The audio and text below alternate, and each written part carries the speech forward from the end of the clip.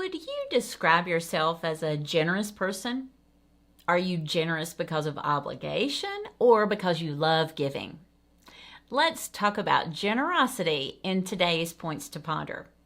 Hello, I'm Jo Heather Dodson, your Christian coach, helping you discover what God has next for your life. Learn more about my coaching services at yourchristiancoach.net. As we enter the holidays, I'm reflecting on what it means to be generous. When I was growing up, we talked about serving the Lord with your prayers, your presence, your gifts, and your service. I used to see this phrase as a required checklist of sorts. But now I look at these words simply as a way to remember all the opportunities I have to be generous, to be the Lord's hands and feet in the world around me. But what about you? Here are 3 points for you to consider as you look at yourself and your giving. Number 1, start by taking a look at your heart. Being generous has more to do with the state of your heart than the size of your bank account. So consider this. How does your heart feel when you give? Do you look at opportunities to give with an open, generous heart?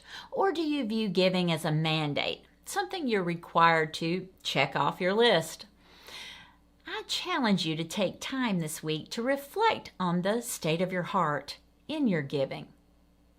Number 2, be cheerful. Check out 2 Corinthians 9:7.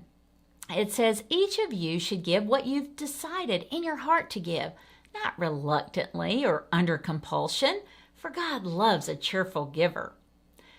What does it mean to be a cheerful giver? Perhaps it means being ready to act at a moment's notice. Are you looking around each day, seeking opportunities to give to others? Number 3, share freely. There are a lot of scriptures in the Bible that talk about giving. The main message is this: don't neglect being generous. Share what you have, whether it's financial resources, material items, or spiritual gifts. Take time to share freely. I promise your giving will be pleasing to God and you'll reap rewards if your heart is in the right place when you give. To explore generosity more deeply, check out my podcast number 39 called Generosity on loveandencouragement.com or on your favorite podcast app. Thanks for joining me. I'll see you next Tuesday as we chat more about Points to Ponder.